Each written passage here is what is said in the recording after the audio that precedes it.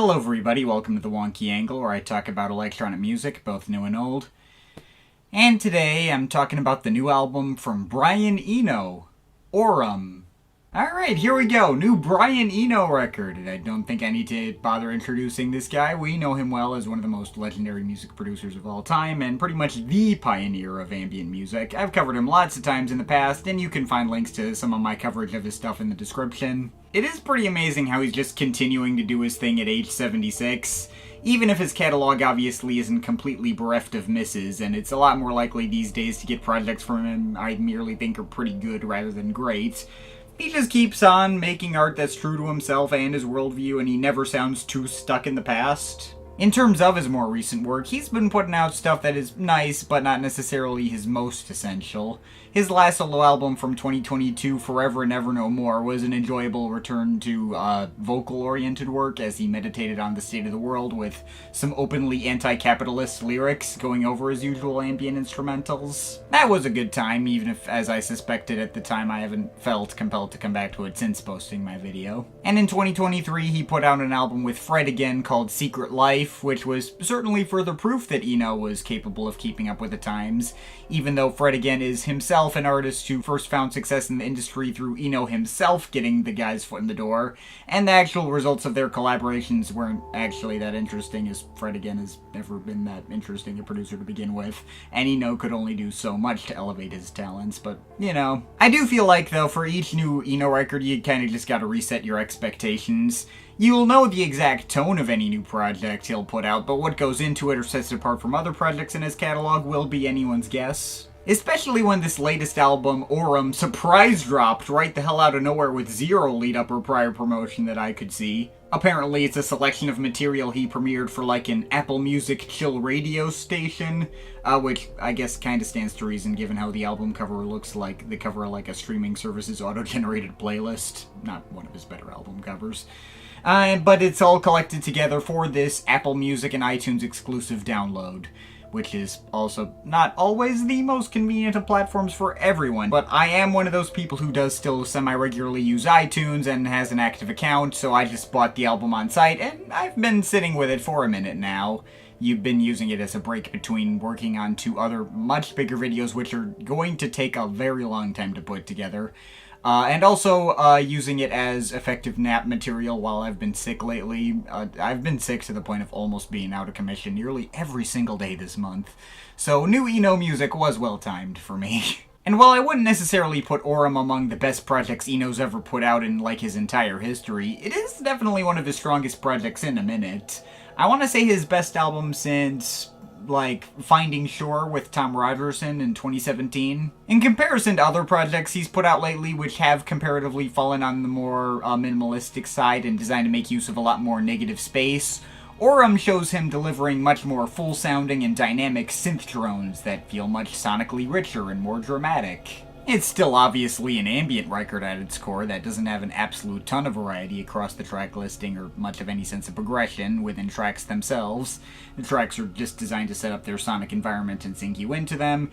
It is a Brian Eno record after all, so if you've heard pretty much any project from him in the past, you can kind of already guess the kind of setting to which it might be best digested. But there is definitely a sound to this particular one that doesn't remind me of any of his works in recent memory, and a density to these mixes that you don't really get from him often these days. Almost kind of reminds me a little of the kind of thing you might hear out of like the Ultimate Records crowd in the late 2000s if they wanted to go in the more experimental ambient direction, I guess. I don't know, but I fuck with it. I will say the album is little on the front-loaded side. A lot of the album's most interesting moments are gathered together in the first half.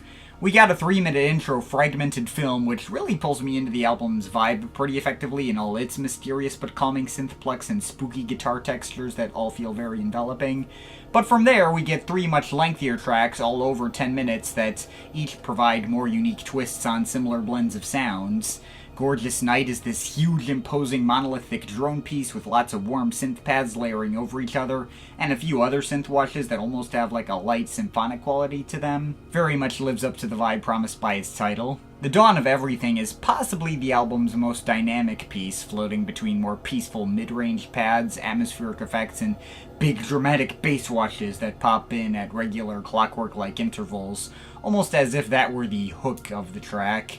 It's more or less the same blends of sounds over nearly 16 minutes, but it's probably the most sense of movement any track here has, and probably the one cut from this album I'm most likely to remember longer term. And the Understory is completely different from those other cuts, doing away with much of the melody for a significantly spookier and more sinister mix of light buzzing, synth effects that sort of resemble crickets, and occasional booming bass taps. That's all pretty sick. All of these tracks feel very distinct and well realized. As we move into the album's second half, we do run into more tracks that kind of run together and don't have as much of a defined identity apart from each other, although they're all still nice in the same sorts of ways. Lamented Jazz is one of those tracks that I wanted to like more than I did off the promise of its title. It doesn't really have much jazz influence going into it, but I suppose the dissonant mixes of pads and off-kilter bell textures do make for some nice spooky atmosphere. And then Material World kind of does the same idea as that track, but makes it more striking through all these unnervingly hissing and whistling synth textures. It's not one of the more pleasant cuts here, but, you know, it's one of the vaguely more memorable ones, I suppose. Lonely Semi-Jazz, I think, comes closer to feeling jazzy, with all these lights, glittering keyboard melodies making some super dissonant and mysterious harmonies, going over some extremely light and barely present mechanical beatwork in the background. A few more experimental effects going into that one as well. That's all pretty interesting. North Side, meanwhile, tries to contrast that cut by providing a somewhat more comforting drone. Lots more cinematic pads, sort of in the same vein as Gorgeous Night earlier on the album, but there's some other more arpeggio textures, odd wobbly noises, and some field recordings of birds in the mix. That's nice too. Cascade is one of the tracks on the album most likely to actually grab my attention thanks to the far more upfront guitar performances just plucking away over some heavy dark ambient drones. It's not a track that would have stood out if those guitars were placed even slightly further back in the mix than they were, but putting them right at the forefront does allow it to grab my attention more easily in a way that works a lot to its benefit. Friendly Reactor Near Menacing Forest is one of the most evocative sounding track titles on the album, although the actual music attached to that title isn't among the most interesting of compositions here. The drones are among the most static and least dynamic on the album, and the emotional quality of the track is neither comforting nor unnerving. It's just kind of right in between and doesn't really make me feel much of anything one way or the other. I think that might be my least favorite track here, although it is really not by much, and it still fits well enough into the vibe created by the rest of the album, where I don't feel like hitting skip. And finally, the album closes with Dark Harbour. I could have sworn he already used that title on an earlier project before, and I initially thought he was making a callback to something, although I might just be thinking of something completely unrelated, I don't know. Anyway, this is a nice way for the album to finish out, mostly building itself around another really simple, unchanging bass pad, but it's got all these layers of plucking and bleeping noises on top that make it feel a lot more tactile. Kinda reminds me of like a more high-definition parallel to the intro of the Air track Caramel Prisoner, closing the album out on one of the more sonically interesting cuts here. So yeah, that's everything on AURUM. I suppose this may not necessarily be one of Eno's best albums ever, or the kind of thing that I see, like, notching a spot on my year-end list or anything. It does have its moments that drag or run together, but it is one of my favorite projects from him in a while on the merit of how uncharacteristically dense the sound of it is, and how that contrasts with Eno's usual MO. In the greater scheme of ambient music, it may not exactly be anything revolutionary, but it is cool to get a project to this full-sounding out of Eno in particular, and he does find a way to execute all of it that feels solidly engaging and well fleshed out. The more pleasant moments can feel magical, the darker moments feel alluringly strange and intriguing. Eno is nothing if a masterful atmosphere builder, and these are some of the most well-detailed and expansive atmospheres he's put out in recent memory.